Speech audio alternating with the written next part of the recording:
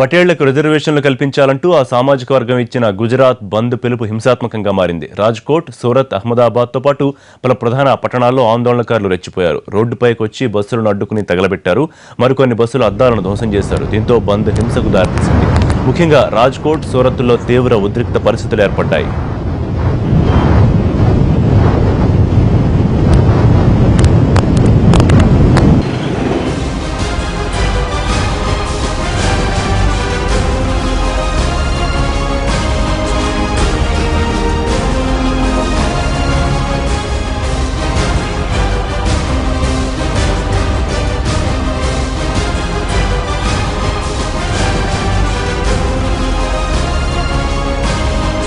అటు ప్రధాన బస్ స్టాపులు, ప్రభుత్వ కార్యాలయాలను కూడా నిరసనకారులు వదిలిపెట్టలేదు. రాజ్కోట్లో తెల్లవారుజామున ప్రధాన బస్ స్టాపులకు నిప్పుపెట్టి పరారయ్యారు.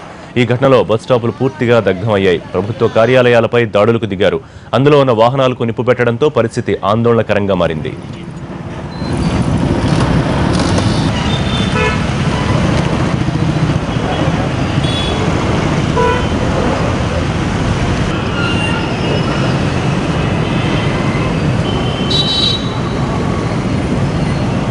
నిరసనకారుల విధ్వంసంతో పోలీసులు అప్రమత్తమయ్యారు. భారీ బలగాలను రంగంలోకి దించారు. సున్నితమైన ప్రాంతాల్లో మోహరించిన బలగాలు భద్రతను కట్టుదిట్టం చేశాయి. మరింత విధ్వంసం జరిగే అవకాశం ఉందని భావించి ముందుగానే 144 సెక్షన్ విధించారు. దీంతో గుజరాత్లోని ప్రధాన నగరాల్లో కర్ఫ్యూ వాతావరణం తలపిస్తోంది.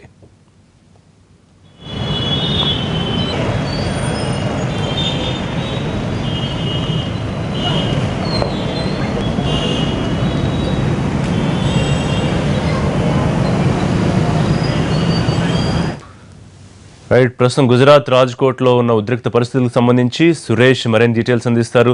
సురేష్, గుజరాత్లో పటేళ్ల ఆందోళనకు సంబంధించి డీటెయిల్స్ ఏంటి? ఏమైనా సద్దుమణిగే అవకాశం ఉందా? గవర్నమెంట్ రెస్పాన్స్ ఎలా ఉంది? దీని మీద మోడీ కాన్సన్ట్రేట్ చేస్తున్నారా?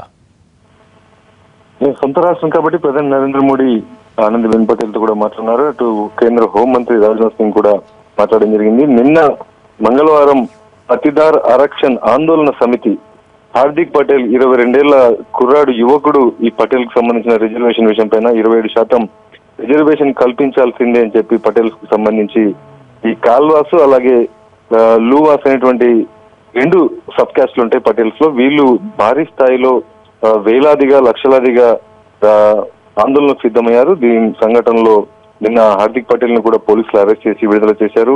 ఖచ్చితంగా పటేల్స్ కు 27% రిజర్వేషన్ ఇవ్వాలని చెప్పి డిమాండ్ చేస్తున్నారు. అయితే ప్రభుత్వం మాత్రం సుప్రీంకోర్టు డైరెక్షన్స్ ప్రకారం 50% రిజర్వేషన్ మించరాదు కాబట్టి ఇది సాధ్యం కాదనే దిశగానే ప్రస్తుతం ఇస్తుంది. అయితే పూర్తి స్థాయిలో పటేల్స్ మాత్రం ఉద్యోగాలు, ఇటు వైబ్రెంట్ గుజరాత్ లో అవకాశాలు పొందాలంటే ఖచ్చితంగా రిజర్వేషన్ సాధించాల్సినటువంటి పట్టుదలతో ఉన్నారు. దాని కారణంగానే బస్సులు తగలబెట్టారు. ఆందోళన ఉద్రిక్తంగా ఉంది. అయితే ఈ ఆందోళన చేపట్టిన పతిదార్ ఆరక్షణ్ ఆందోళన సమితి మాత్రం హార్దిక్ పటేల్ ఈ ఆందోళన జరుగుతున్న ఈ సమితి డిమాండ్, వీరు చేసినటువంటి ఆందోళనలో జరిగిన అల్లర్లపై తమకు సంబంధం లేదు, social elements, anti social elements ఎవరో ఇంక్లూడ్ అయ్యారు, వాళ్ళ కారణంగానే ఈ తప్పిదాలు జరిగాయి, మాకు సంబంధం లేదని చెప్పి చెప్పడం జరుగుతుంది.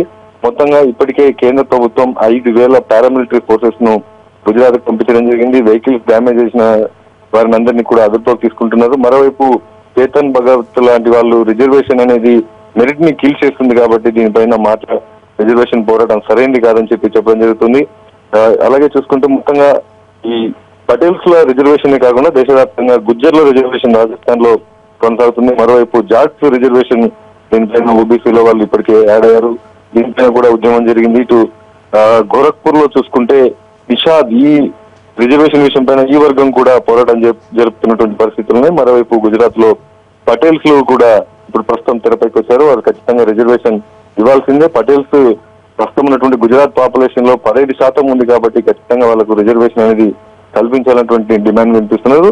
ప్రస్తుతం ఉద్రిక్త పరిస్థితులనే ఇటు ఆనందీబెన్ పటేల్ తో ఎప్పటికప్పుడు కేంద్ర హోంశాఖ వర్గాలు సంభాషిస్తూ ఉన్నారు, చర్చలు జరుపుతున్నారు. కావాల్సినటువంటి మద్దతును కేంద్ర ప్రభుత్వం నుంచి కావాల్సిన పారామిలిటరీ ఫోర్సెస్ ను గుజరాత్ కు పంపించడం జరుగుతుంది.